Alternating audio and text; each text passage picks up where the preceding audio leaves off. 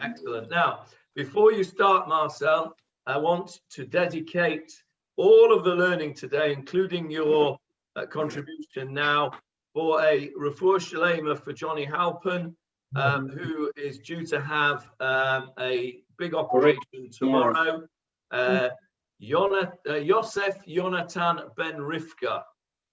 If you could please, all of you, have Yosef Yonatan Ben Rivka in your prayers for a refuah shalema.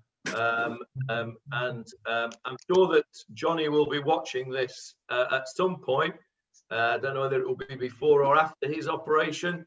But Johnny, you should know we're all thinking of you and we're all wishing you well. B'hatzlacha and a refuah shalema for your upcoming operation. Absolutely. Amen. Amen. Tell us. Okay, now it's about the Sefer from yesterday, and it came to me in a short shiur I get every week by Johnny Schnitzer from Anana, who is doing his doctorate on Rav Raphael Berdugo from Morocco. And this little piece I thought was just unbelievable, and it relates to whitewashing in reverse. So that's why I want to tell you. Blackwashing. Well, no, listen now carefully to it. Yitzchak asked, "Who are you, my son?" Now, Rivka had persuaded Yaakov to be against his wishes altogether. And he had a very big problem because he had kibud av v'em and telling lies. So he didn't want to tell a lie, and he wanted to kibud av v'em. Now, Rivka was very much younger than Yitzchak, very much younger, about 38 years, I think, younger than Yitzchak. And she wanted to have her way with this birthright. So she dressed him up, as you all know, with Esav's clothes and put goat hair on his hands. But his voice was very recognizable. Now, Yitzchak, I did a little bit more research on this. I'm adding a little bit that wasn't in the original shiur. And I'll keep it short. Yitzchak was blind. Why was he blind? Because at the Akedah, it is thought that Abraham had a little bit of an accident at the Akedah and damaged him a bit. And while he was recovering, he saw that Yitzchak saw, and that caused him to lose his sight. So what? So he saw sorrowful. He saw one. So it caused him to lose his sight. It caused him to lose his sight. So, but he hadn't lost his senses. I mean, he wasn't that old. So he certainly recognized Yaakov's voice, and he said to him, "Who are you, my son?" And Yaakov said, "Vayomer Yaakov, Vayomer Yaakov." And he said, "Yaakov." And then in a lower voice, he said, Esav, I don't know the exact word. Esav b'chorecha. Esav is your first choice. Now then, the Rav Raphael Berdugo says everybody is not understanding the Hebrew grammar. It's all a question of Hebrew grammar. And of course, I've been looking at it so many times yesterday and backwards and forwards. Of course, when you look in the Sefer Torah, it's without any punctuation whatsoever. But when you see it in the Chumash, it's all this Middle Age from the punctuation from the Middle Ages, many of it non-Jewish, and all the Meforashim are reading it with the punctuation.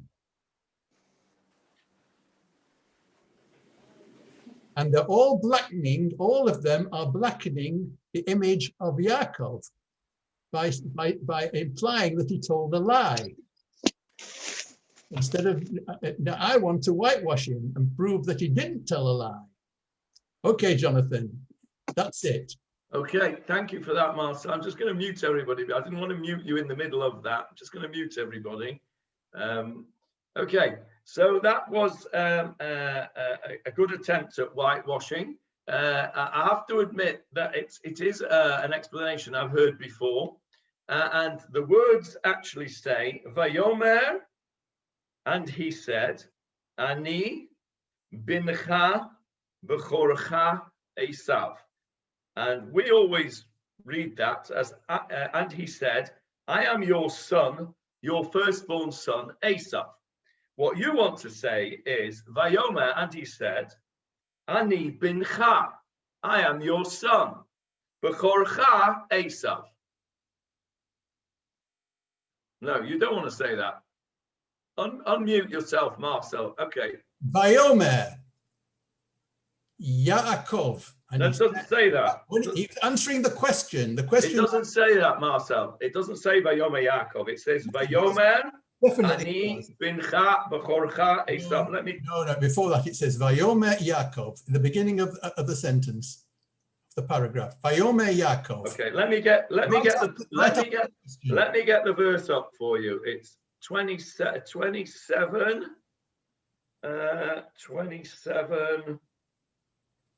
32. Let me get the verse up for you on the screen. 27:32. Bereshit.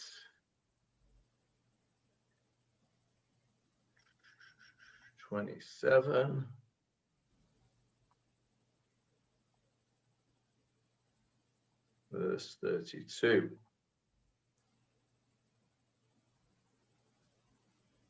Okay. Here we go. Right, let me share the screen. Everyone see the screen? Okay, so here are the verses. Vayomer lo Yitzchak, and Yitzchak said to him, Vayomer lo Yitzchak Aviv, and Yitzchak his father said to him, Mi ata, who are you? Vayomer, and he said, Ani bincha b'chorcha Esav. And he said, I am your son, your firstborn Esav. Go back. I think you have to go back. I think you've missed it before that. Okay.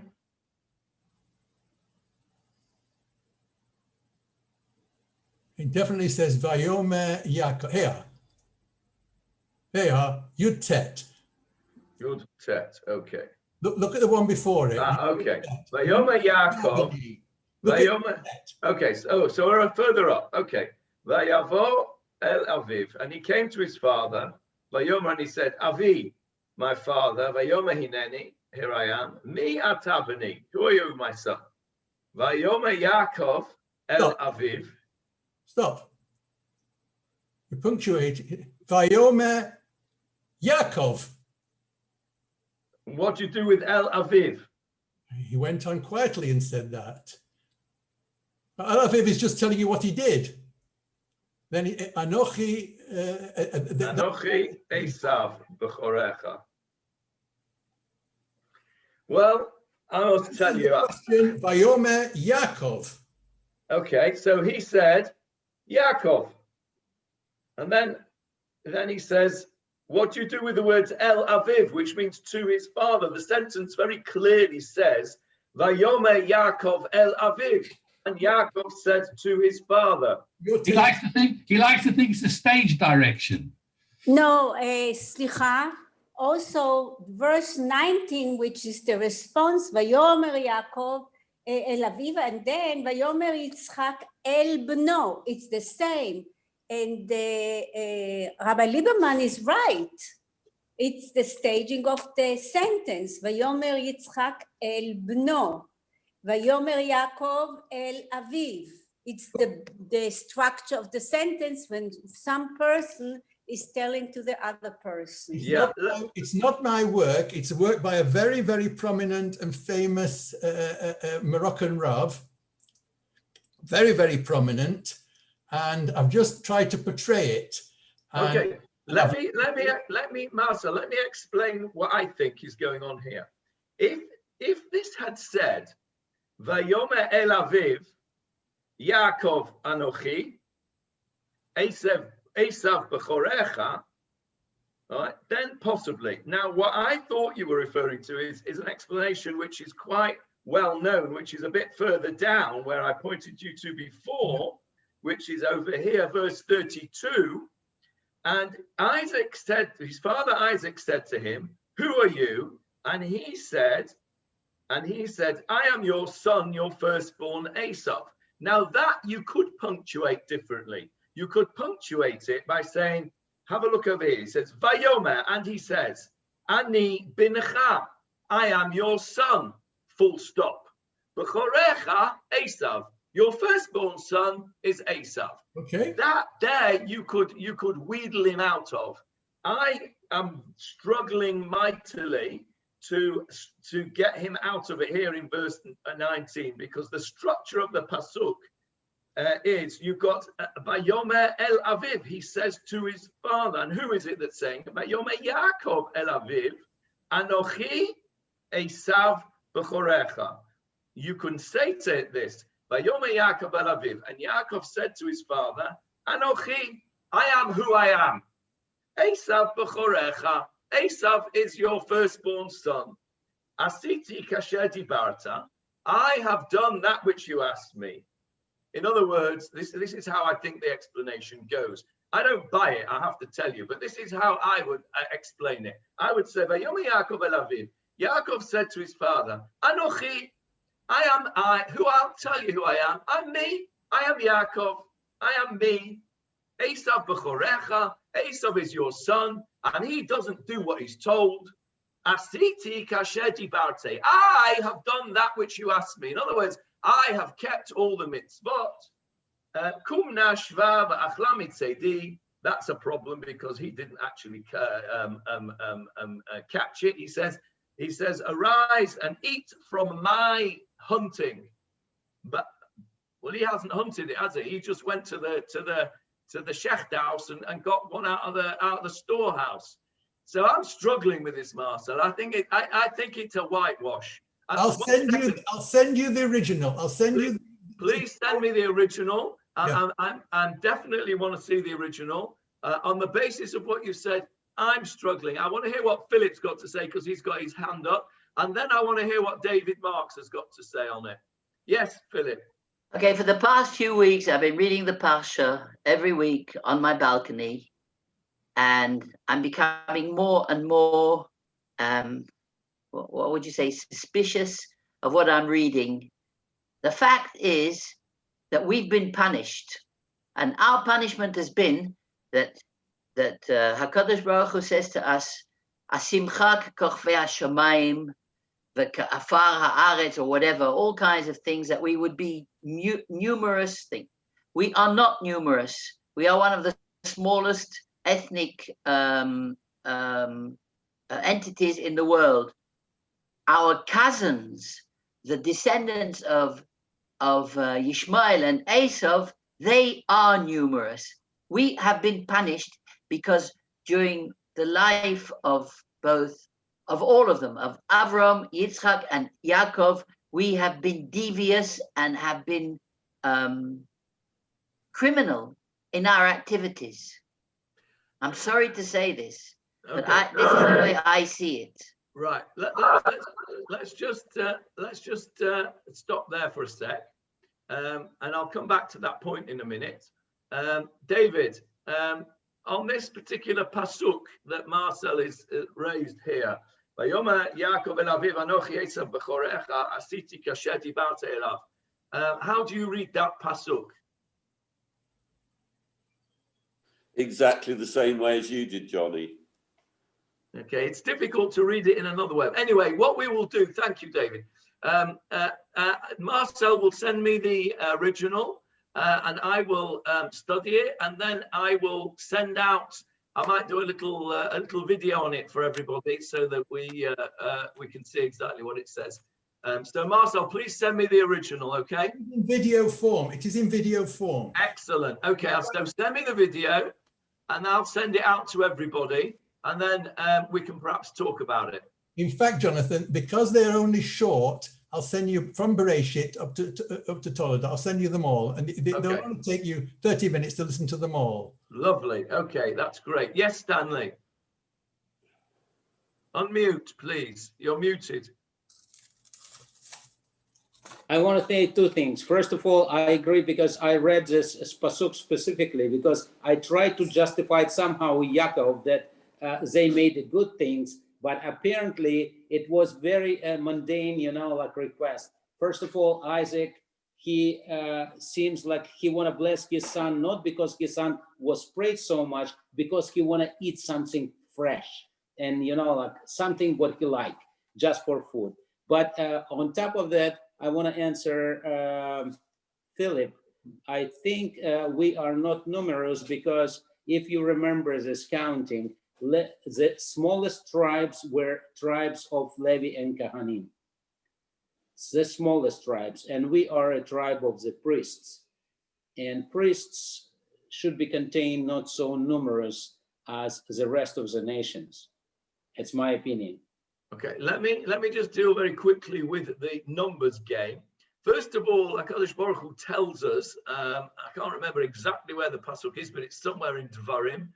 David will help me out, I'm sure. There's a pasuk somewhere that in Devarim where Hashem says, or Moshe says to the Bnei Israel, don't think that you are going to be allowed into this land and HaKadosh Baruch Hu is going to be good to you because you are the biggest nation, because you're not. You are a small nation. You will always be a small nation. And David, if you could find me that pasuk, I'll be very grateful. It's in Shvi of Vayet Chanan, right towards the end of Vayet Chanan. Lo me'u b'chem mikol ha'amim chashak Hashem b'chem vayitcha b'chem ki atem hama'at mikol ha'amim. There we go. Atem hama'at mikol ha'amim. So thank you for that. So we're told very clearly that we are going to be a small nation. So I'm not concerned about the fact that we are a small nation, and I'm not in agreement with Philip that we are being punished because it's a contradiction. Of bad behavior. Johnny, it's a let me finish. I'm not in agreement with Philip that we're being punished because the Avot did bad behavior.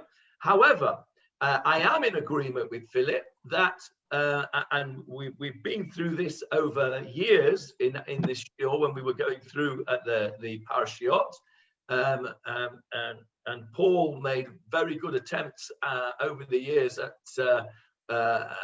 making justifications. But we are human beings. Our Avot were also human beings. We see their failings, we see their greatness, and we have to learn from both. And it so happens that what you have concentrated on, Philip, is the failings. And I agree with you, the failings are there, and they're there for a reason, because we do not believe in the fact that human beings are gods. They are not gods. They make mistakes. We had a whole shiur, I remember a few years ago, we did a shiur, and I think I just caught Anita speaking about it a few minutes ago, about the lack of communication between Yitzchak and Rivka. We don't ever see any communication between them. We have a situation where we have family dynamics which are problematic. Yitzchak favored Esav, Rivka favored Yaakov, and the whole thing crumbles. We see from that. And that's a problematic relationships, and we have to learn from those things. So I don't think that we're being punished for that, and therefore we're a small nation, and the Arabs are a bigger nation than us. We were told right from the start we were going to be a small nation. It's not about quantity; it's about quality. The fact that the Avot did things that we consider, at least on the face of it, were not perfect. Well, that's fine. We're not perfect, and neither were they. And I think that the attempt at making them perfect actually detract from their human they detract from their human personality, and they detract from what we can learn from them. Because if they were perfect and everything that they did were perfect, and that's how we were meant to see them, then we wouldn't be able to relate to them. There's no way we can look at somebody who's perfect and say, well, you know, I can't be like that, I'm not perfect. But we can look at somebody with failings and we can say, well, look, they overcame those failings, or despite those failings, they were great people. Then that's something we can relate to and we can learn from. So I don't like whitewash, as you know, but I don't say negative things about the Avot just for the point of scoring points against the Avot. No, that's not the case at all. What we have to do is look at it in context and learn from their mistakes, like we learn from everybody's mistakes. I will learn from your mistakes, Philip, and you will learn from my mistakes. That's how we progress in life, and that's what the Torah is about. The Torah is enabling us to progress in our lives, and some people will progress by looking at the wonderful things that people do and say, I want to emulate that. Right? I will look at the wonderful things you do, Philip, and I will say, I want to be like Philip Lehrer. On the other hand, there are other people who can learn and say, I'm not going to make the same mistake that he made. I'm going to be very careful on that particular aspect, and I'm going to learn from that. So that's what the Torah is telling us there. The Torah is for every single person, and every person learns in a different way. And that's why, for me, it is so important that we don't whitewash, but it's important that we don't blackwash, right? We don't make everybody into a negative. And the same with Esav, by the way. You don't find very much in the Torah which tells you that Esav did some things bad. Can anybody tell me, apart from David, can anybody tell me the only thing in yesterday's Sedra that Esav did according to the Torah that was wrong? Esav, the most terrible person in the whole of history. He didn't marry Jewish girls. Yeah, he married out. And then what happened, Paul? He saw that it upset his parents. So what did he do? He corrected it. He corrected it. He hedged his bets. He hedged his bets. Well, no, he corrected it. He accepted he made a mistake. He went off to Ishmael, who was part of Abraham's family. He was as much as Abraham's family as Lavan was, right? So he went and corrected it. So if we look at one of the things that we've got to not fall into the trap of is to be completely black and white. That everything that the Avot did was right and everything that Esav did was wrong. If you look at the beginning of Parashat Vayishlach, we'll come to it in a couple of weeks, where Yaakov and Esav meet. Esav comes and hugs his brother, and Rashi there tells us he tried to kill him. He tried to bite his neck like a vampire to kill him. Everything is bad, because that's how it was looked at by Rashi, particularly because in his day that was the case, because he was living through the Crusades. So that was his context.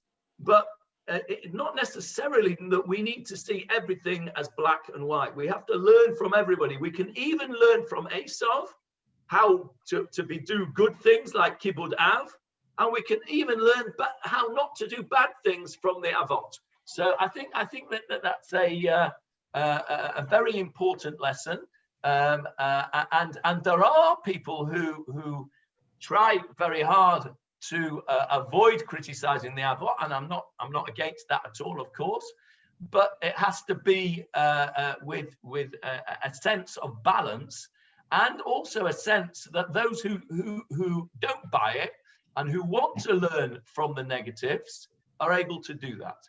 So let me go to Howard, who's been waiting patiently, and then Paul, and then we'll do some Tanakh. Yes, Howard. It's a very practical reason why we're not so numerous, and this won't come as a surprise to any of you, which is that we're not a proselytizing nation. We set our face against it, and we're comparatively extremely small because in Islam, they converted millions of people at the point of a sword. Very good point. It's as practical as that. Very good point. The other practical point is, remember, we lost 10/12 of our people shortly after the split of the kingdom. So we are only 1/6 of the nations anyway, of the tribes anyway. So that's another reason why we're small. But the main reason we were small is because of the pasuk at the end of Beit Hanan, which David pointed to us, which tells us, Moshe says, you are the smallest of all nations. Yes, Paul? Yeah, I mean, firstly, I'd like to say I'm not the supporter of whitewashing that you try to make out that I am at all. But you haven't answered Philip's point about the promise made to Abraham and made again to the other of the Avot about being more numerous than the sand of the sand and more numerous than the stars in the heavens. So that rather contradicts your point about what Moshe says later. You haven't explained what happened to those numbers. Okay. Well, I think if you take one person and then you say that I'm going to turn that one person into 15 million people, that's pretty much a fulfillment of making you into as numerous as the stars. No, from one person to 15 million. That's not a bad. There have to be a lot more than 15 million grains of sand and a lot more than 15 million stars. I mean, that's the truth of it. And this is a pure pashat. I mean, I'm not trying to be clever here. No, okay, no, I take that point. I take that point. So how do we? Okay, that's a good question. How do we square? Forget my chat and forget what I'm saying. How do we square the promise to Abraham, the promise to Yitzchak, and the promise to Yaakov of making your children like the cedar, the sand of the shore, etc.? How do we square that with Moshe's statement in the name of God that you are going to be the smallest of all nations? How do we square that? It's a good question. Don't know. I'll have to think. Have to give that some thought and some investigation. Because that we're going to be the smallest of all nations, because what Philip said is the reason. Because Moshe knew what was going to happen, what we were going to do, how we're going to be expelled, how God is going to have to punish us all the time, and because of that, we lose our people. Okay, so what you're saying is, absent our bad behavior, we would be as numerous as the stars. Absolutely. I believe that with all my heart. And that's our message. Shape up. Stop. I'm not so, I don't know. So what you're saying is that when Moshe says you're going to be the smallest of the nations, he's predicting the future, that you're going to be an Am Kashay Oref, which he does say. And he does say that after my death, you will become rebellious and then you'll be punished. And so what you're saying is that in the natural way of things, if we weren't such bad people, we would not have had to be punished and destroyed and massacred over the centuries. And we would by this time be as numerous as the rest of them. No, you said the word, you said bad people.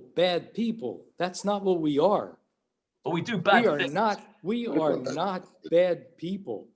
We are probably the best creations that God ever made on this earth if we follow what God gave us, which is the Torah. Okay. If we behave that way. 1 second. Johnny? Okay. Yes, Hillary. There are some people in this land that think it's the right thing to do to reprocreate, to try and have more children than the usual 1.2 or 2.2 children, to establish our heritage and to teach them our heritage. And I know people knock it because all they can say is, oh, these people are claiming on the state. They're not. If you know, they're not. Okay, because they don't get any child benefit or anything like that. Let's not get into whether they have children. But I'm saying that they believe state benefit, because nobody has a child in order to receive state benefit. They have children because they want to have children. So, I'm saying there are people in this world that do believe that we are meant to have numerous children to keep up our heritage, to inherit what we were given. Okay, so. that is fair comment. The balance, of course, is one has to be able to look after those children, etc. But let's not get into that because it's a difficult topic and not for today. But in terms of numbers, I think that Paul's question is a very good question, and I think it needs to be considered. And I'm going to give it some consideration. The question that I'm going to consider, and maybe you all want to consider, and we can talk about it. Maybe we can talk about it on WhatsApp or at one of the next shiurim, is how do we square the promise to the Avot with, never mind the facts on the ground, because you can explain that away that, we've been persecuted over thousands of years, and that's why we're not so numerous. I'm more interested in the contradiction, the apparent contradiction in the Torah itself between the promise to Avram, Yitzchak, and Yaakov of being numerous and the statement in Dvarim that we are going to be the smallest of all nations. Nahum has come up with his theory that if it wasn't for the fact that we didn't follow the Torah, we would be more numerous. Let's give it all some thought over a few days, and let's see what else we can come up with. Howard, last one, Howard, before we go. I wanted also to say something else regarding this. Okay, 1 second, Nechama. Let me go to Howard first. Okay. Happy to go on, Howard. Okay, well, the promise was not that we'd be comparatively large, and certainly not that we would be superlative, the largest. The promise was that we would be numerous, but I think there's poetic license in there. Of course, there can't be more people on Earth than there are grains of sand on the beaches of the Earth. It's just hyperbole. Okay, Howard says it's just an expression. Okay. Yes, Nechama. Last one, Nechama, before we do some Tanakh. Okay. I think we should differentiate between quantity and quality when we look at those two promises. It can be promises also for quantity and for quality. And I think it's a big difference. The Goyim think we own all the banks. The Goyim think that we're the biggest, strongest nation in the world. Are we not? I thought we were. No, we control the weather as well. Right, exactly. And that's the point. We are more numerous because in the eyes of the Gentiles, we are more numerous. Okay. We own everything. Okay. So all right, let's move on. Yes, David. Go on, David. Yeah, can I give you one quick interpretation, because you do have another pasuk in Devarim, a few columns after the one we quoted. B'shivim nefesh yardu avotecha Mitzrayim aviata samcha Hashem Elokecha k'chochvei hashamayim larov. Okay, it's towards the end of Akev. So that appears to contradict. So a pshat that I've seen, one of the first promises given to Avraham was when he was still Avram, was at Brit Bein Habatarim, and that's when he gets the promises.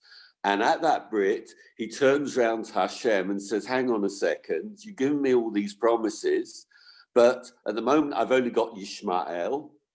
And according to some, this was even pre-Yishmael. This was before he even came into Eretz Yisrael. And he turns around to Hashem and says, "How am I going to inherit it if I don't have an heir?" And according to some of the Meforshim, Avraham was punished for having such chutzpah to ask Hashem that he's been promised this. And because of this, we get the 400 years servitude in Mitzrayim, which reduces our numbers. But despite that, coming back to the pasuk in Akev, even after enduring the ship of Mitzrayim, we started off with only 70, but within a few generations, God has multiplied them to larov. Okay, that's very interesting, David. I'm going to stop this conversation now because I do want to finish Shoftim today. But what you just raised to me, can you point me out the pasuk in Akev, please? Whereabouts is it in Akev? I think it's in Chamishi, halfway through Chamishi. B'shivim nefesh yardu avotecha mitzrayma. And we say it in the Haggadah as well, I think. Yeah. V'yata samcha Hashem l'kecha koch v'Hashem anaro. Okay. Right. Let's see. Let's see if I can find it, because yes, I found it, and you are right. It's in Chamishi. I have to say, everybody, in front of everybody, that David's knowledge of the Chumash is absolutely encyclopedic. The fact that he can tell us not where the pasuk is, but in which aliyah it is in, is really quite remarkable. And we're very fortunate to have him. I'm very fortunate to have him here to help me out with this. Now, I've got the pasuk in front of me. Now, listen to this. And I think this supports Howard Epstein's theory. Listen to this. This is Moshe Rabbeinu speaking. And he says, B'shivim nefesh yardu avotecha mitzrayma. With 70 souls, your forefathers went down to Egypt. Va'ata, with an ayin, va'ata, and now, samcha Adonai Elohecha, Hashem has made you, has put you, in the past tense, has already made you, kechochvei hashamayim larov, has made you into so many that you are like the stars of the heaven, larov, not for quality, but for quantity, larov. So what that pasuk is telling us is that the time that they were in Egypt has already, that promise has already been fulfilled, because the pasuk says va'ata, and now Hashem has made you like the stars of the heavens. So you're going to say to me, well, there were only 2 million of them there in Egypt. That's even if you accept that there were 2 million, right? Let's say there were 2 million of them. You're going to say to me, well, there are a lot more than 2 million stars. So that would prove to you two things. Number one, that it's poetic license, as Howard said. It's an expression, doesn't really mean like the stars of the heaven. It means, like we've said before, Yerushalayim's 1,000,000 miles away from Poleg. No, it isn't. It's 90 kilometers. But if you're stuck in a traffic jam, it feels like it's 1,000,000 miles away. So, it's an expression. Number two, we see that according to Moshe, at least, that part of the promise of making you like the stars of the heaven has already been fulfilled, because it says va'ata with an ayin, which means and now you are already like that. So I think that is a good start for our explanation of this. And I'm grateful to David for finding that pasuk, because although that wasn't the point that he brought up, the word va'ata struck me as being very important in this. And now Hashem has made you that way. You're already like the stars of the heaven. And there is also, I'm sure some of you will be aware of this, there are those two expressions, the stars of the heaven and the sand of the sea. One explanation is that when we are in the ascendancy, if you like, when we are doing the things we should be doing and following the Torah, we are likened to the stars in the heaven, because they are things that we look up to. And when we are misbehaving and not doing so well, then we are like the sand on the shore, because what happens to the sand on the shore? Everybody tramples on it. And so that's what happens to the Jewish nation when it doesn't behave the way it should do. It becomes like the sand on the sea shore, and it gets trampled all over. Unfortunately, we've had that on many occasions in our history. So that was an interesting discussion there. I'm not quite sure how. Oh, Philip brought that up because he said that we weren't very numerous. Thank you for that, Philip. And thank you, Marcel, for your contribution on that pasuk in yesterday's Sedra. We will have a look at the things that Marcel is going to send me out, and we'll talk about that as well. We've now got a little bit of time left. I really would like to try and finish Shoftim today. So let's go on to Sefer Shoftim. and I'm going to share the screen with you, get you back in onto Shoftim. Here we are. Leon, are you ready? I am. We are up to verse 10, I believe. Let me just set the scene for those of you who can't remember. Binyamin has been decimated. There are 600 remnants of the tribe of Binyamin holed up in a cave, and the Bnei Israel who have done this massacre have now started to have regret, and they're thinking, oh my goodness, we've now, what we're going to do now, because we've made an oath. We've made 2 oaths, actually. We talked about 2 oaths last week. We made an oath that we won't give our daughters to Binyamin as wives. And we also made an oath that anybody that didn't come in the battle, we were going to destroy. So they are doing a little bit of Gemara cop here, and they're trying to use those 2 oaths and see how they can get out of it. So they found that verse 9, let's go from verse 9, Leon. This is what they found. The people took an account, and behold, there was no man there from the inhabitants of Yavesh Gilead. The congregation, excuse me, the congregation sent 12,000 men of valor there, and they commanded them, saying, go and strike down the inhabitants of Yavesh Gilead by the edge of the sword, including women and children. Right, let's just stop there, Leon. Let's just stop there. So they've not finished yet with all their bloodthirstiness. They've decimated Binyamin. And now, because of an oath that they made, remember we've had earlier on, we've had this issue with oaths, how important they are.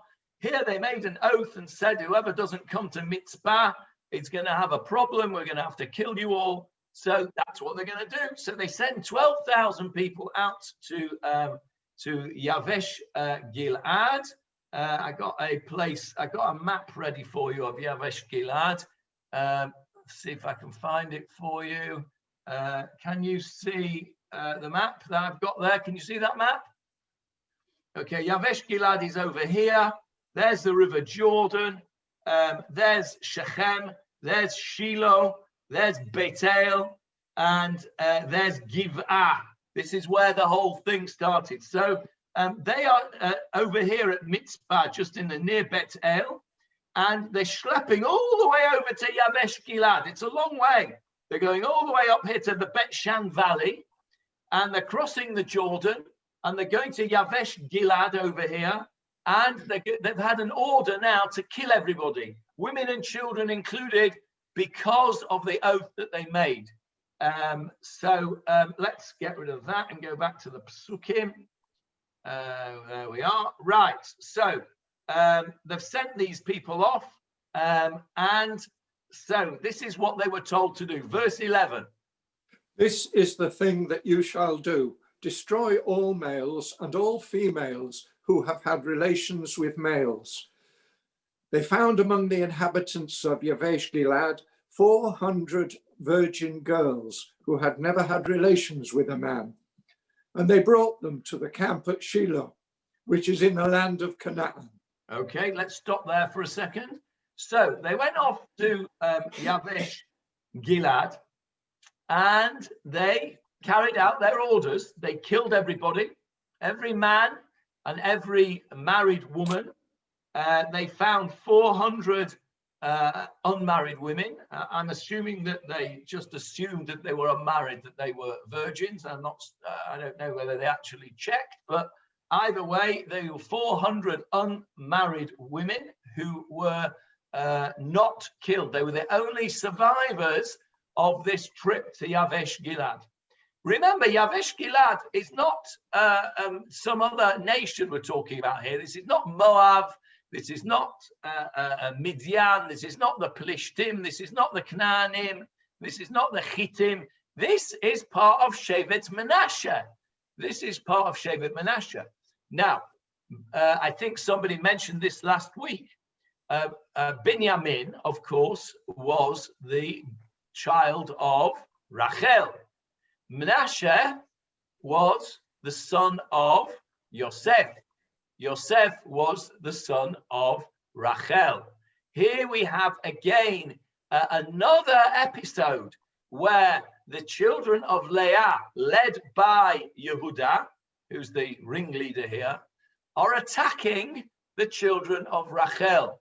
This everlasting or seemingly everlasting battle for primacy between Yosef, or at least between Rachel and Leah's children.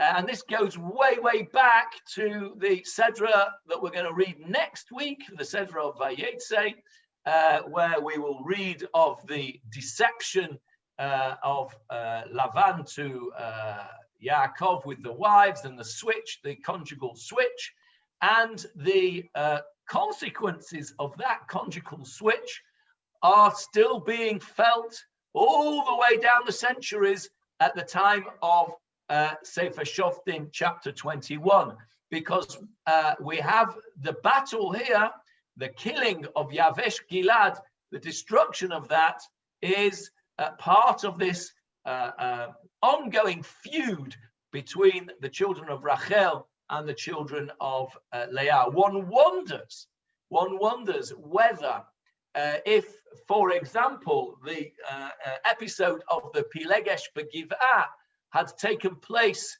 not by the tribe of Binyamin, but by the tribe of, let's say, Reuven, Shimon, or Levi, whether it would have had the same reaction. I don't know. It's just conjecture on my part that the reason that the Bnei Israel were so keen to get involved to Binyamin was because of this battle of Rachel and Leah. You're going to tell me, I know, I can feel it coming on, that somebody's going to tell me, well, what about Ephraim and Manasseh? Because it says that the whole of Bnei Israel joined in, and you would be right. I don't have an answer for that. But it's clear that there is a battle going on between Yehuda and the children of Rachel. So they go to Yavesh Gilad, and they find these 400 unmarried women. And so let's go on, verse 13.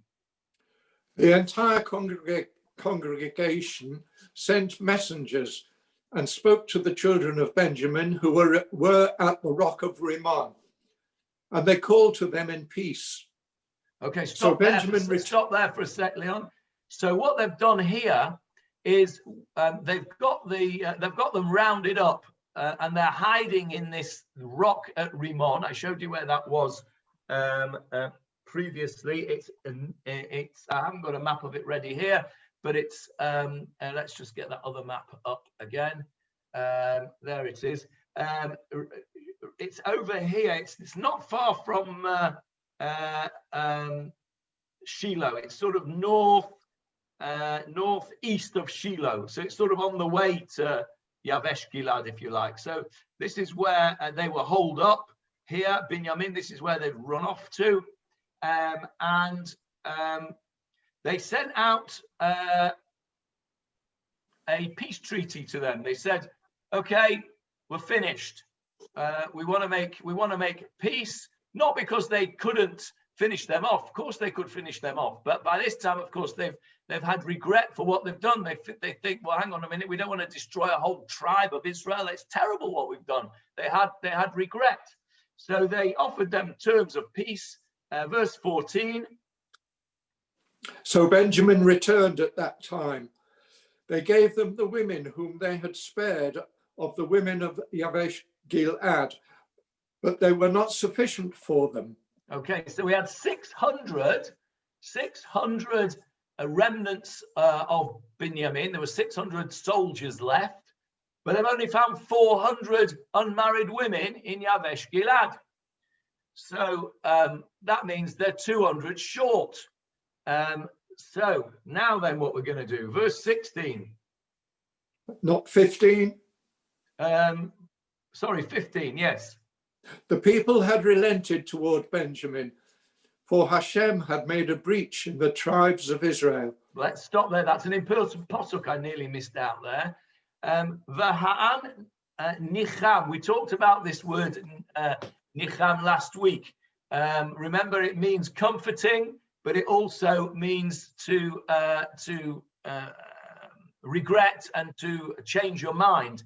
So that v'ha'am nicham leBinyamin, they regretted what they'd done. They relented towards Binyamin. But then it's interesting. Ki asa Hashem peretz b'shiftei Yisrael. For Hashem had made a breach in the tribes of Israel. What do we make of that? Who'd made the breach in the tribes of Israel?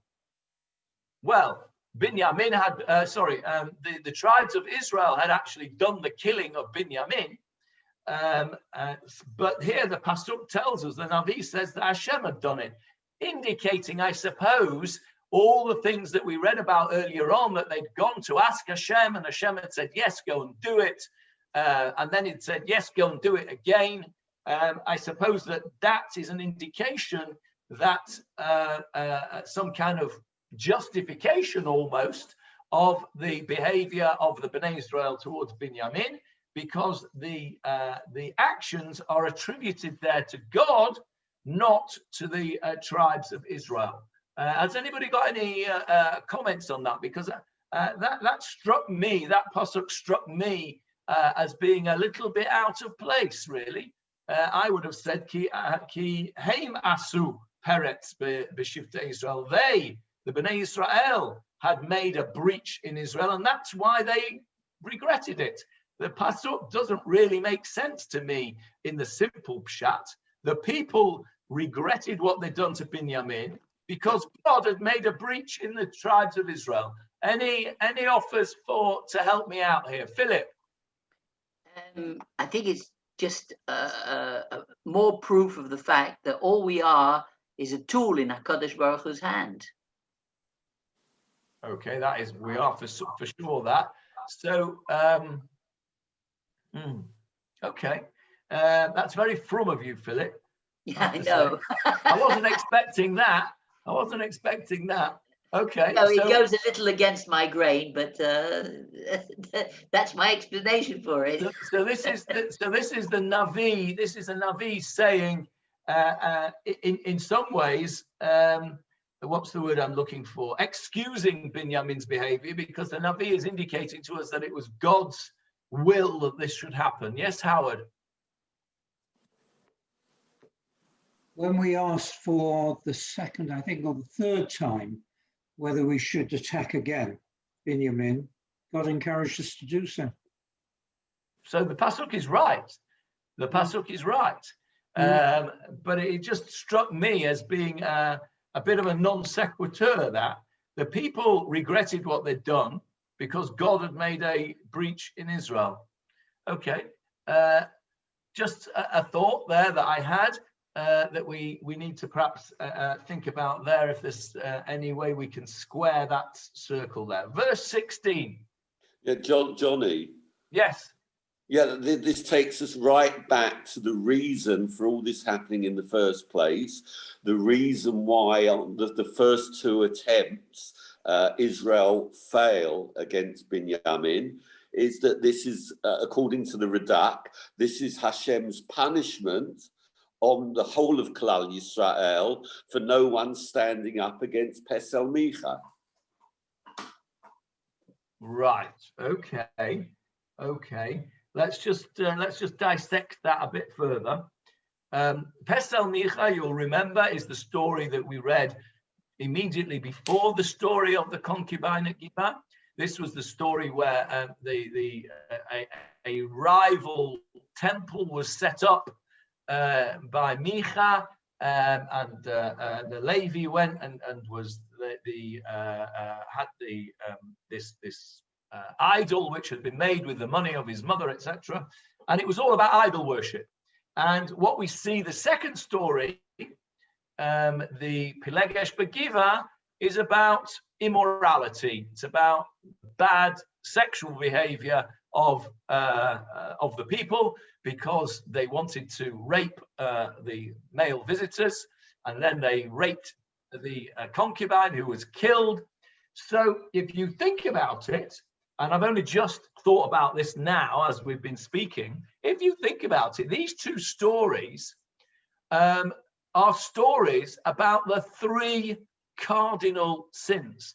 The three cardinal sins that we call them, the three sins which are Yaharog va'al Ya'avor.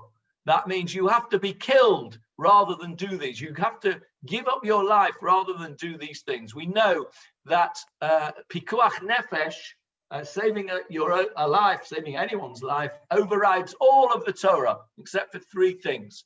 The three things that you have to give up your life for is idol worship, murder, and sexual immorality, those three things. And these two stories actually include or are all about those three cardinal sins. So if I extend what David is saying, quoting the Radak, is that, and you'll see when we come to the very last pasuk in the Torah, in the book of Shoftim, you'll see that actually supports this theory. What these two stories are telling us is that the behavior of the people throughout the period of Shoftim, as we've said many occasions, was not of a high quality. But at this stage, and that's why this is at the end of Sefer Shoftim, even though we know it took place earlier on in history, it's here at the end of Shoftim to bookend the situation, to tell us that the deterioration of the people's behavior was so great that they had even dropped to the level of committing those three cardinal sins for which we have to give up our lives: idol worship with pesel micha, sexual immorality with the attempted rape of the men and the rape of the woman, and then murder with the murderous rape of the woman, and then all these killings that go on in the civil war. And more than that, Johnny, that no one protested against either event. And that's what the Gemara in Sanhedrin infers as well, why these two parashiot are next to each other. I'm not sure you can say they didn't protest against the Pilegesh Begiva, because the whole country protested against Binyamin. But I think what you have to ask yourself is, what was their motivation for what they did? And I think what the Radak is saying there is that the motivation was, and I think Helen mentioned this, she's not with us today, but Helen mentioned this a few weeks ago, and that is that this was just not righteous indignation on behalf of the Pilegesh Begiva, but this was just an excuse for a bunch of boys to get fighting with one another. And it was tribal warfare as opposed to righteous indignation, because clearly nobody stood up for Pesel Micha. And we're going to see in the next couple of psukim, we're going to see something which is really quite shocking in terms of the behavior of the people overall. Let's carry on. So what we're seeing here is that I can't remember how we got into that. So let's carry on. Verse 16. The elders of the congregation said, "What can we do to provide wives for the survivors? For the women of Benjamin have been destroyed." They said, "The inheritance of the remnant of Benjamin must survive, and let a tribe not be eliminated from Israel. But we cannot give them wives from our daughters, for the children of Israel have sworn, saying, 'Cursed be whoever gives a woman to Benjamin.'" Stop there for a sec, Leon. So here they repeat the reason why they can't intermarry with Binyamin. They've made an oath. So they want to get Binyamin back populous. So they want to give them wives, but they can't give them wives themselves. They've made an oath. We've spoken about that. And interesting, the oath says, "Cursed be anyone who gives a wife to Benjamin." So they're not saying that the wives will be cursed. The person who gives them over, the fathers, will be cursed. So they don't want to be cursed. Right, so this is the solutions coming up now. Verse 19 is the solution. They said, "Behold, there is a yearly holiday unto Hashem at Shiloh, which is north of Beit El, east of the road going up from Beit El to Shechem, and south of Lavona." Stop there, please, Leon. Stop there. Okay, so they are, there's Shiloh on our map, and the Pasuk has just given us very, very clear directions as to where it is. Why do you think the Pasuk needed to give us such clear directions to Shiloh? This is the shocking part of this story here. Why did they need such clear directions to Shiloh? Maybe they would have been afraid to go. Okay, maybe, but why did they need such clear directions? I'll tell you why they needed clear directions. Because they didn't know where it was. Why do you give somebody directions? Because you don't know. If somebody said to you, you go to, I want you to, I'll meet you in Yerushalayim, right? Well, you don't need to know the directions to Yerushalayim. You know full well where Yerushalayim is. If I said to you, I'll meet you at the Kotel, you don't need me to give you directions how to get to the Kotel, because you've been to the Kotel many, many times. Why have you been to the Kotel? Because that's a holy place and that's where you go, right? But if I said to you, I want to meet you at such a cafe, a small cafe which nobody's heard of, you'd say, well, I don't know where it is. You'll have to give me directions. The Pasuk here is telling us that they needed directions to get to Shiloh because they didn't know where it was. And that is shocking, because what was at Shiloh, or what had been at Shiloh at least, even if it isn't there right now, the Mishkan, right? It was like me saying to you, go to the Kotel. And by the way, to get to the Kotel, you go down Route 2, and then you go on 1 or the 6, and then when you get there, you go into the old city, blah, blah, blah. You'd say to me, excuse me, I know where the Kotel is. You don't need to tell me where the Kotel is.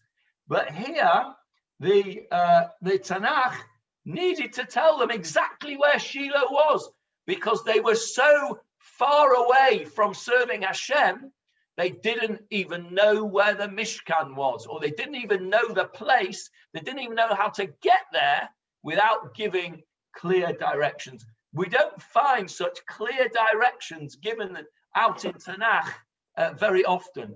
But here, it's very pointed, and I'm not making this up, by the way. This is not my Torah. This is the Meforshim. Many of the Meforshim mention this, that it sticks out like a sore thumb that they're being given such clear directions how to get to Shiloh, because it would be a bit like somebody. Unfortunately, it happens to me a lot. People ring me up and say, "I'd like to make a bar mitzvah for my son in shul. I hear you're the one that arranges it. Is that right?" So I say, yes, I'm the one that arranges it. And we make all the arrangements. And they say, oh, by the way, where is the shul? And I have to give them exact directions where it is, because they've never been. They haven't a clue where it is. Why? Because they've never set foot in the place before. And that is what this is telling us here, that the people needed to be told exactly where Shiloh was, because they'd never been there. And that was a terrible thing. They probably knew where Pesel Micha was, but they didn't know where Shiloh was. And this is a hint, say the Meforshim, that the Navi is very, very critical here of the people, that they need to be given directions to Shiloh. I thought that was a brilliant observation by the Meforshim of something which could quite easily pass us by, that they're just telling us where Shiloh was. So let's carry on, verse 20. So they directed the sons of Benjamin, saying, go and lie in wait in the vineyards, and see and behold, if the daughters of Shiloh go out to perform the dances, you shall emerge from the vineyards, and each of you shall grab his wife from the daughters of Shiloh and go to the land of Benjamin. Okay, stop there. What are they suggesting here? They're suggesting that we know that there is a festival that they took place once a year. And what happened was that these girls, young girls of Bnei Israel, would go to Shiloh, and they would have they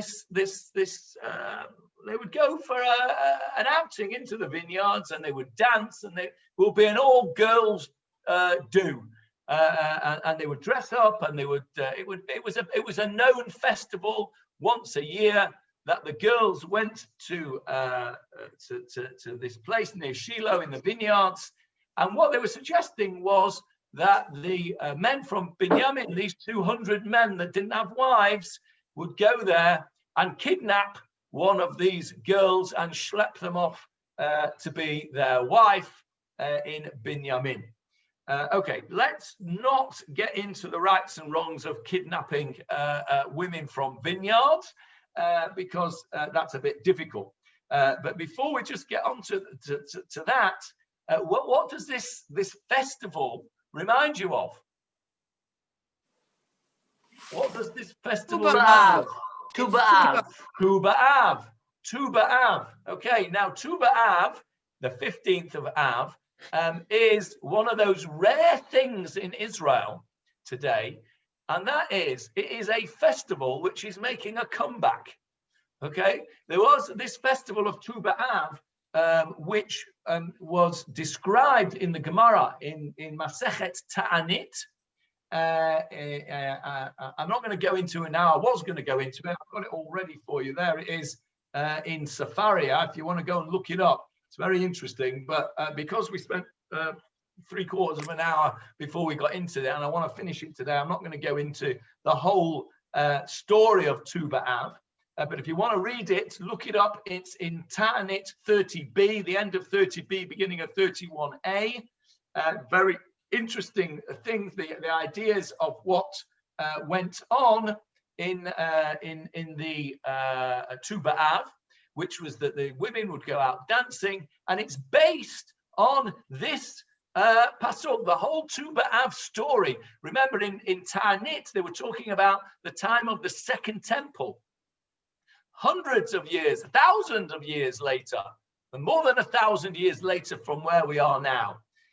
So here in Shoftim, this was already, by the time of Shoftim, 1,000 years before the Gemara. Wow, more than 1,000 years, 1,500 years, even 1,700 years before the Gemara in Ta'anit.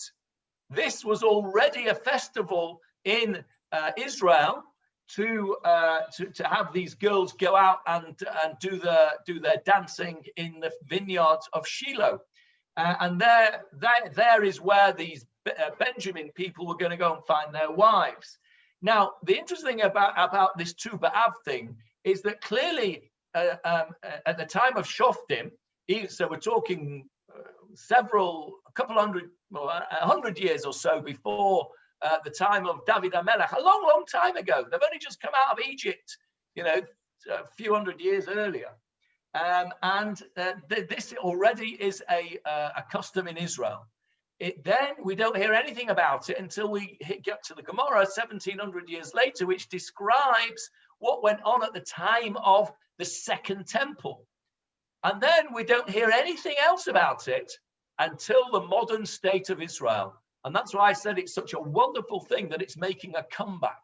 This Tu B'Av is actually a very popular festival amongst the Chilonim in Israel. It's basically seen as the Jewish Valentine's Day. Tu B'Av is a day when men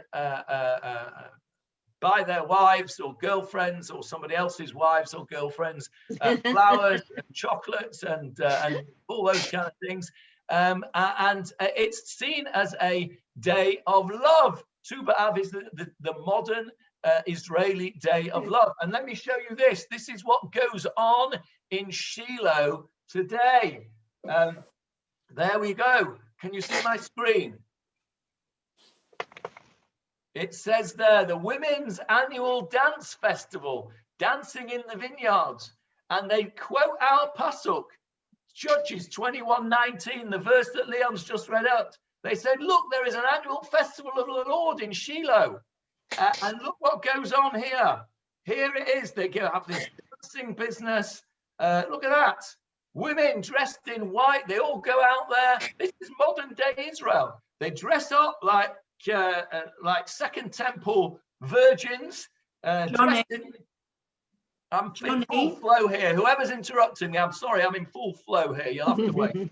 right? There they are, these women, they're dressed up in all their finery, they're doing their dancing, and there's a bunch more. Now, well, this is interesting. Look at all that lot. Loads of them have got hair coverings. They're all in skirts. These are religious women. These are religious women there. They've all got together to have their religious festival to enjoy the Tu B'Av, and this is a modern Israeli thing. There's a slightly less religious version of it, and there we go. Another photograph from this women's annual dance festival, which is dancing in the vineyards. So Tu B'Av is all based on this pasuk. So all these people that are doing these modern things in Israel, all these Chiloni ladies, all these Dati Leumi ladies that you saw there dancing, some of them do, but most of them will not realize that what they are doing is reenacting the Sefer Shoftim. They're living Tanakh. These women are living our holy Tanakh. How fortunate are we to have this availability? Anybody that would like to go up to Shiloh in Tu B'Av next summer, I'm hoping that Corona will be over. If you would like to arrange it, I can get my son-in-law, who's a travel agent, to make all the arrangements for you. We'll even provide you with the white outfit for you to go dancing in the vineyard with the women. Right, I'm finished now. Who wanted to interrupt me? Can I just say one comment? Yes. On Tu B'Av, originally the women were agreeing to be taken. They came out especially to find husbands. No, wrong, Hillary. Sorry, that is not the original situation. The original situation is in our Tanakh, in Shoftim. The original situation was that they went out to dance. They were then kidnapped by the Binyamin people. Later, at the time of the Second Temple, that's what you're talking about. They went out to find husbands. So originally, it was not a festival to find husbands. Originally, it was a girls' day out. Later on, in Second Temple times, it became, and that's what the Gemara in Ta'anit, if you look it up, 30b, that's what I was going to go through with you. That tells you exactly why they did it. Quite right, Hillary. They did it to attract the men and for the men to choose them as wives. But that was a reenaction of the original women's dancing festival from our Tanakh, which turned into a marriage thing because the Benjaminites then confiscated, kidnapped the women. Let's finish off the Tanakh because we've only got a few more Pesukim. So that's what you will do. Verse 22 is where we're up to. It shall be that if their fathers or brothers, excuse me. It shall be that if their fathers or brothers come to protest to us, we will say to them, be compassionate towards the Benjamites, for we did not capture a wife for each man in the war with Yabesh Gilead, and because you did not give the wives to them, so that you should incur guilt now. The children of Benjamin did so. They took wives according to their number from the dancers whom they abducted, and they went and returned to their heritage. They rebuilt the cities and settled in them. At that time, the children of Israel went off from there, everyone to his tribe and his family. They left there, each man to his own heritage. Stop there, Leon, please. So there we go. There's the end of the story. They go and do what they've said. They go and capture these 200 dancers.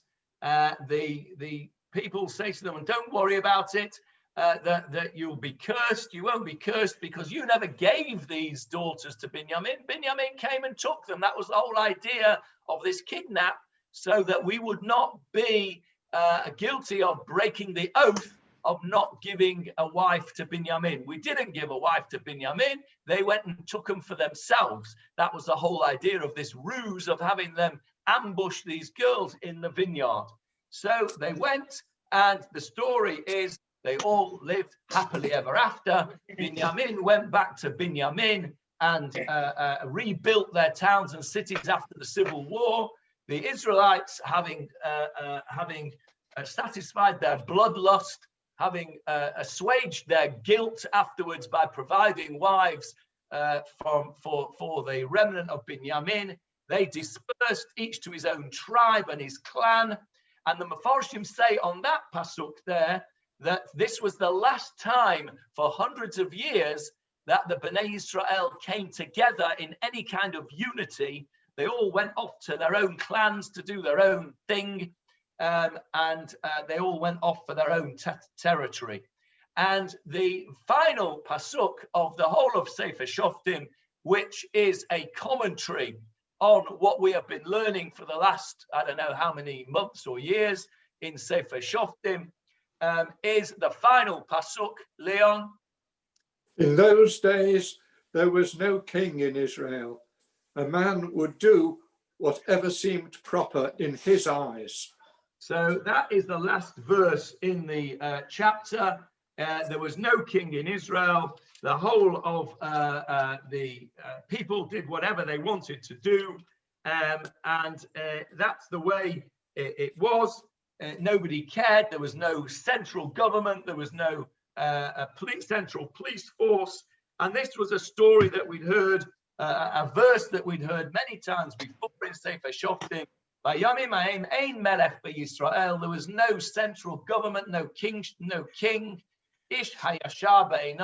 Everybody did whatever they want. It was anarchy, and that is a fitting, excuse me, that is a fitting end to Sefer Shoftim, because that is the commentary on the entire pretty disastrous overall period of 250 to 300 years that we have been learning about over the last few months.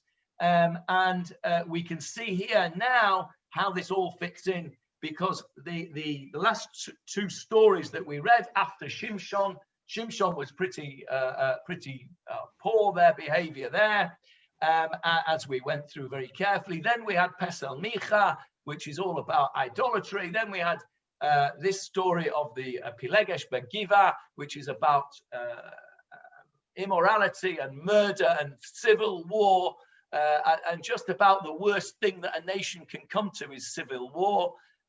And we end up with that. At least they had the ability to stop before they'd completely destroyed themselves, and they all went off to do their thing.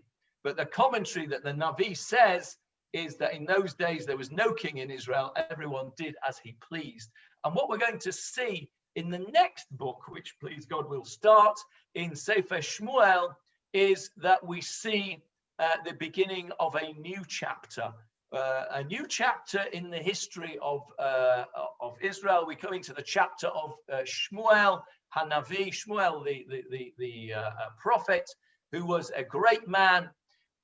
In many ways, Shmuel was the Moshe Rabbeinu of his generation, and that leads us in to the glory years of David HaMelech and Shlomo HaMelech, the glory years which didn't last very long, and which until 1948 we were still glorying in as our only sovereignty in the land of Israel.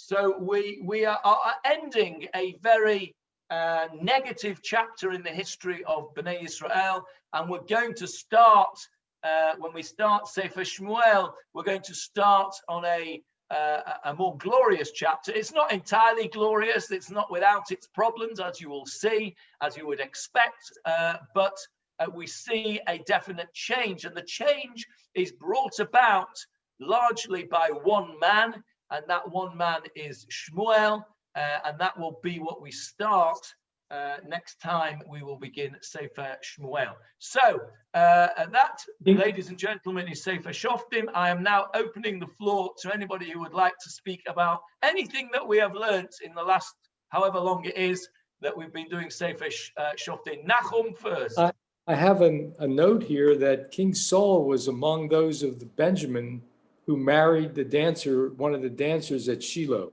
So that's where he got his wife. Okay, well, it would certainly fit from in Rashi. terms of the tribe. King Shaul was, of course, from the tribe of Benjamin. There's also, I'd have to work out the timings, but it sounds good. I might buy that. Nachum, yes. there's another explanation to why they needed instructions to get to Shiloh. And there's another explanation that says that they needed this description of location because it was in the vineyards. And the vineyards were a suburb of the area, and they were not able to really understand, I know where Shiloh is, because everybody knew where Shiloh was. This was a well-known place. And when they were going to go where the dancing went on, it was not specifically in Shiloh, but it was in the suburbs of Shiloh. So that's why they had to have these specific instructions. And that's from Rashi, based on Gittin, Abarvanel, and Radak. Elaborate description referring to the vineyards in the suburbs of Shiloh. If the daughters of Shiloh came out to dance, and they instructed the children of Benjamin. So it's not a matter of that they never went to Shiloh. Everybody knew where Shiloh was. Okay, so that's interesting. Who quotes that? Rashi. Rashi, based on Gittin 7b. Okay, so Rashi therefore disagrees with various other Mefarshim, including the Abarbanel, who says that they didn't know where Shiloh was, as I had said before. So there's another great example of Shivim Panim LaTorah, 70 different facets to the Torah, 70 different ways of explaining the Torah. And the beauty of it is, Nachum, you pays your money and you takes your choice. You'll find explanations that suit you and don't suit me, and vice versa. I just use you and me as an example. If you can't find an explanation that suits you on the Torah, then there's something wrong with you, not something wrong with the Torah. Because there are 70 different explanations of every single pasuk, at least. Thank you for that, Nachum. Any other comments on Sefer Shoftim as a whole? Yes, David Marks. Just on the last few pasukim that we read, we've seen throughout this last story the parallelism with so many other stories in the Torah, particularly in the Torah and some cases in other parts of Tanakh. There's another striking one here that we've missed. We spoke about this oath that they took before the war. Where do we find oaths first mentioned, or the halakha of oaths first mentioned in the Torah? Okay. Go ahead. When the daughter would be giving an oath that her father could fix. Is that what you're talking about? Yeah, which is at the beginning of Parashat Matot. Oh, okay. Yeah. Which one? Okay, but you're quite correct, Nachum. What follows on immediately after that parasha about the halachot of oaths? A war. A war. Okay, what's the war? I don't know. The war with Moab? Correct. The revenge for Bilam sending the women to do immorality with Bnei Yisrael. What's the instructions in the war? What's the instructions that Moshe gives to the army? Exactly the same instructions that are given here against the citizens of Yabesh Gilead. To kill every single man, woman, and child. Okay? How many people? You add to that, why was the war there in the first place? Because of immorality. Correct. Okay, how many people are sent by Bnei Yisrael to go and do war against Jabesh Gilead? 12,000. Call today. 12,000. 12,000. How many soldiers does Moshe send against Midian? I'm guessing 12,000. Elef la mater. Okay, 1,000 for each tribe, so 12,000. Yes, a lot of parallels there. Coincidence? No. No such thing as coincidence. That's no, and so many things that we've read in this chapter. Did Levi send troops also? Did the tribe of Levi send troops also? No, but there were 13 tribes, Philip. Yeah. Manasseh and Ephraim, so 12,000, not counting Levi. Okay, let me just pick up on what David has said there, because there are very many parallels here, and there is a rather what's the word I'm looking for? Quite controversial opinion. David is familiar with this because we've discussed it, and he knows what I'm going to say. There is a controversial opinion that none of these things that we just read about in Tanakh actually happened. That this whole story of Pilegesh Begiva was made up by the Navi. And it was made up to be a horrendous story as a, if you like, as a warning, warning to the people that this is what you could end up as. Almost like sort of, Aesop's fables kind of thing. There is an opinion. It's not a widely held opinion, and it's not mainstream by any means, but it's certainly also not an opinion that is dismissed entirely. That the whole story of, certainly the story of Pilegesh Begiva, and also the story of Pesach. No, it's just Pilegesh Begiva. There is also an opinion that they're joined to the two things joined together. But but certainly the Pilegesh Begiva, according to these opinions, did not happen, and the reason that it's described the way it's described is because of what David said, is the parallels that take us back to the Torah. Remember, the beginning of the story, you had to be absolutely blind to see that if you didn't see that it was telling you what had gone on in Sodom and Gomorrah with the rape of the two daughters that were offered, and with Lot, that whole story of Sodom and Gomorrah. It was an absolute parallel. So we were saying, oh, look at that, nothing's changed. These opinions are saying, no, it never happened. But the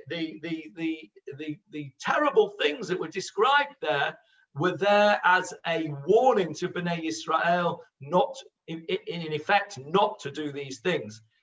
So the fact that there are so many parallels are used by that particular explanation to support their view that the Pilegesh Begiva was a combination of all sorts of things and brought together with poetic license to describe one story which was descriptive of the terrible behavior of Bnei Israel at that time. And the particular stories, Johnny, refer to the maltreatment of women in Tanakh, in the Torah. And this is what leads the Gemara in Gittin that you quoted just before, that Nachum quoted just before. The conclusion of the Gemara there is the whole moral of this story is that all of the events that are described here, whether they actually happened or whether it's just a parable, it all came about from the way that the Levi treated this woman. And it's a lesson how women, how not just Jewish women, but women in general have to be treated properly and not treated as this Pilegesh was at the time of the Tanakh. And add to that,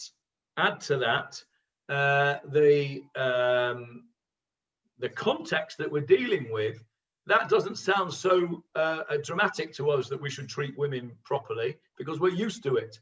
Correct. But if you think about the times that we were in, the idea that women were chattels, that's been expressed on many occasions. Chattel, yeah. This was revolutionary. This was revolutionary to treat women with respect. And the idea there that is expressed that women should be treated with respect was not something which was a given. For us, it's a given. But why is it a given? Because the Gemara, the Tanakh goes out of its way to highlight these bad behaviors as a response to bad behavior from the men towards women. And so what you will find if you look carefully in the feminist literature, you will find two camps. You'll find one camp that uses these stories, these chapters of Tanakh as a proof of how badly women were treated. And then you've got the same psukim, the same chapters in Tanakh being used by a different set of women to show that actually, no, you all missed the point. These chapters are there to show you how not to behave towards women. And that brings us right back to the beginning of this shiur over an hour and a half ago, when we started to talk about the whitewash and the bad behavior or the inappropriate behavior of people in Tanakh. So I think that's a good place to stop, because we've come full circle. I've certainly enjoyed learning Sefer Shoftim. I've never learned it in such depth as I have with you lot. And I'm grateful to everybody's attention. The fact that I have to prepare the shiur means that I learn it better than any of you lot. There's no question about it that the person who gives the shiur learns the most. So I'm the winner here, and I hope you've enjoyed that. We're going to start. We're going to start Sefer Shmuel, please God, next week. I'm going to put out a thing, so anybody who wants to join, it's a good place to start to join a new book. Any of you who want to invite anybody who you think would enjoy our unique style of learning, then please feel free to invite them to join. All right. Thank you, Johnny. Great. Thank you, Leon, for your beautiful tones. Howard, can I call you in about 10 minutes, quarter of an hour?